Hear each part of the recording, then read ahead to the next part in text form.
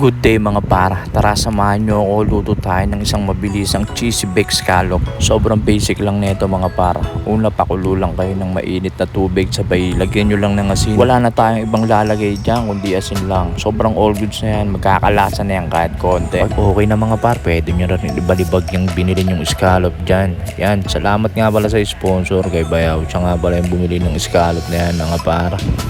At yan mga par, pag nalagay nyo na lahat yung scallop mga par, yan, pwede nyo na rin takpan yan. Kailangan nga pala lubog lahat mga par para talagang mapakuluan na maayos.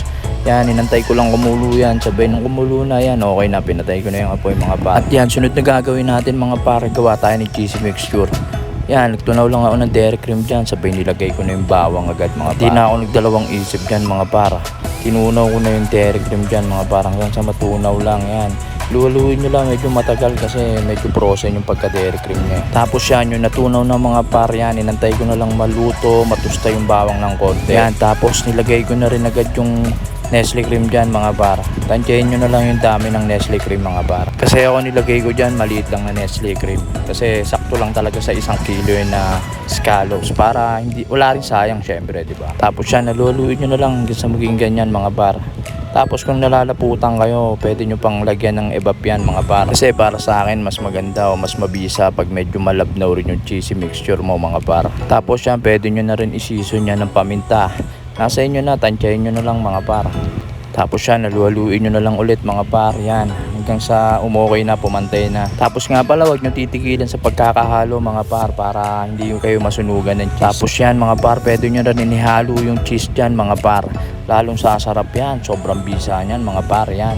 Tapos yan, kung napapansin nyo, nilagyan ko uli ng evap yan kasi medyo nakukulangan pa ako sa labnaw mga par. Masyado siyang malapot para sa akin, kaya medyo dinagdagan ko talaga. Pero nasa inyo pa rin yan kung paano nyo tatantyahin mga par. Tapos yan, naluwaluin nyo lang. Pag okay na, sige, set up na natin yung mga scallop para malagyan na natin ng topping. Syempre, yan.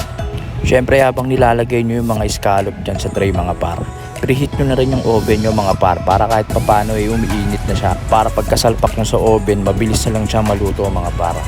Nga pala, kahit i-set up nyo lang yung oven nyo ng 230 na temperature, sabay kahit 10 minutes lang. Pero tansyahin nyo na lang mga par hanggang sa matusta lang yung cheese sa ibabaw mga par. Pero para sa akin, mas mabisa yung tipong may mga sunog-sunog na cheese sa ibabaw. Yan, kung napapansin nyo, nilalagay ko ng cheese mixture natin sa ibabaw mga par.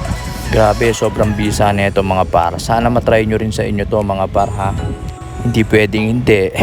Hindi, joke lang. Pero sobrang sarap kasi nito mga par, kaya gusto ko rin matikman nyo syempre, di ba? Yan mga par, pag na-set up nyo na lahat yan mga par at nalagyan nyo na sa ibabaw yan. Sinisimut-simut ko lang yan mga par para hindi masayang cheese mixture. At yan, nilaglagan ko na nga ng onion leaves mga par. Walang masyadong epekto yan sa lasa mga par. Nilagyan ko lang yan para pampakyut lang konti sa niluto ko syempre. At yan mga par, isalang na natin siya sa oven mga par.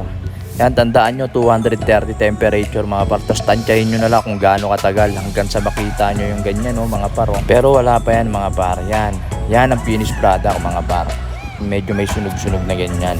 Napakabisa niyan mga par. Sana matikman nyo rin to sa inyong mga bahay mga par. Sige, hanggang dito na lang mga par. Kain na ako. Peace!